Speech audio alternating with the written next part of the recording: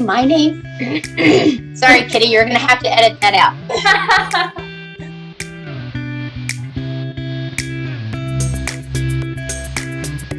Hello, everyone. This is Melissa. Hi. My name is Melissa, and I am a speech-language pathologist. I am the coordinator for the Virtual Stroke Comeback Center.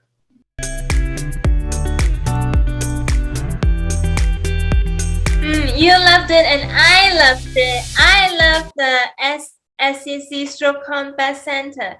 Your classes, trivia and girl talk, and then a book club, and then a big idea, and then taboo topic, and the WH questions.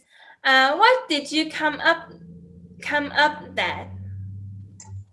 I guess how I came up with pretty much all of the classes that I run is a combination of two things. One, it's a request from the members or a need that I see. So we have several people several survivors who really need work on their questions or really need to be able to work on complete sentences, not just one or two words.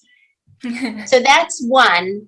The members ask for it or I see a need. And the other is, I think for classes to be successful, they need to be motivating and they need to be fun. So I think about, would I want to spend an hour of my life doing this? Mm-hmm. And if the answer is no, then I probably would think there's got to be a better format for this. Lots of therapy isn't fun, but it's worth it. And so that's kind of how I see it. If I want to talk about it, I think other people probably want to talk about it as well. And last time you said, Kitty, sentences, Kitty, sentences. I was full sentences. Well, another word for cueing in speech pathology is nagging. So I tell people that, half of my job I get paid just to nag people into doing the things that I think they can do. They just need a reminder to do it. So.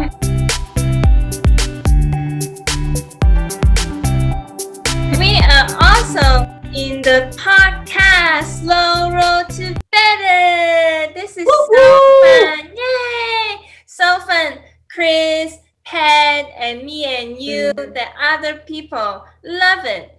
How many subscribers? Oh gosh, you know what?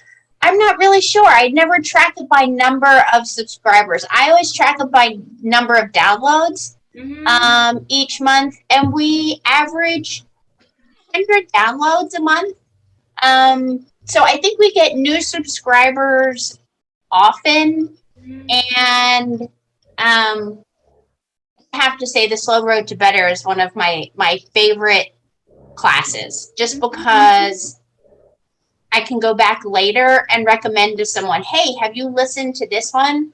Or, oh, we did a podcast on that. You might want to go back and listen to it. I think it would be helpful. So I think it means a lot more when the information comes from other survivors than it does from a therapist. People who are all in the same boat, who understand how it feels. I think that's what makes the podcast so powerful. Are you famous? I am not famous, and I try to keep my mouth shut, which is difficult, because I want the Slow Road to be all about the members. It's not about me. It's about what you all have to say. The topics are really determined a lot by who's in the class at the time. So it depends on what's going on in their life. So we've had podcasts. I think there are some universals. We talk a lot about relationships. We talk a lot about changes in relationships. We talk about the frustration of aphasia and apraxia and the concept of a plateau and what that really means in terms of progress and how long progress goes on, which I think is indefinitely. Yeah. But we've talked about things that are serious. We've talked about legal ramifications, people who've lost their children they were in a divorce and lost custody of their children because of their aphasia. Yeah. We've talked about people who had legal implications. They couldn't defend themselves well in court, and they really thought their aphasia played a big part of that. Yeah. We've talked about dating, and then I think we've had some, not necessarily, they're not silly, but they're topics that are important that people don't actually talk about. Like, how do you shave your armpit? Yeah. On my weak side, how do I shave my armpit? Or my toes curl and it's painful. How do I get my toes to stay straight? So, I mean, sometimes it's not anything to do with aphasia. It has to do with just life on the slow road to better. Yeah, for example, I have double vision. And you said double vision? Double vision? Yeah, I'm double vision. And the pet said, yeah, me too, me too. Right. Well, and I think that's what happens a lot on the slow road to better. Someone mentions something and they're 9 out of 10 times someone says, oh, me too. Right.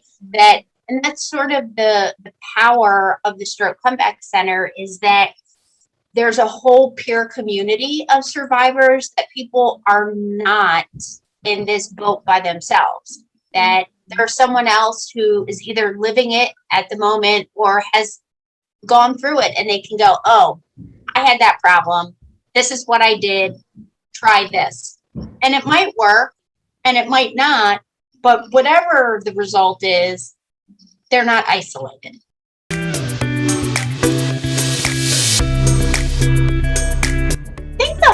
Hardest thing with younger people is that, you know, they have their whole lives ahead of them. Many are not in a relationship, would like to be. Many have not found their career and they would like to find that. People want to be productive. They want to give back. They want to earn money. It's important to people's ego and their self-concept of who they are. Yeah. And a lot of that is not established yet in younger people.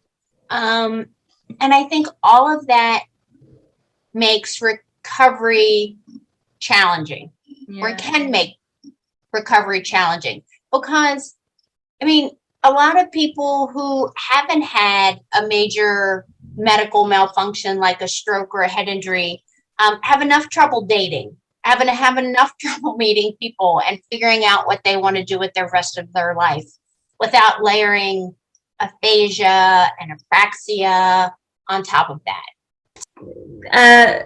Sure, talk about it because I have aphasia, but my intellect is the same, but I am slower, you know? I do. I understand what you're saying. I think a lot of people are embarrassed or uncomfortable that they have aphasia, and so many people don't know what it is, and it's kind of hard to explain that they just think it's easier to hide it than it is to say, I have aphasia. Yeah. But it's all hard. It's, you know, all the what ifs. And I think the what ifs, you know, they plague everybody. Just the concept that I am enough. I am enough. I do enough. It's all okay. And I don't think that survivors corner the market on that. I think that's a challenge that everyone has. But to feel less than, or to feel like you've lost a lot of you and of what you had gained is really, No, and I can talk about it, but only survivors can really appreciate how that is.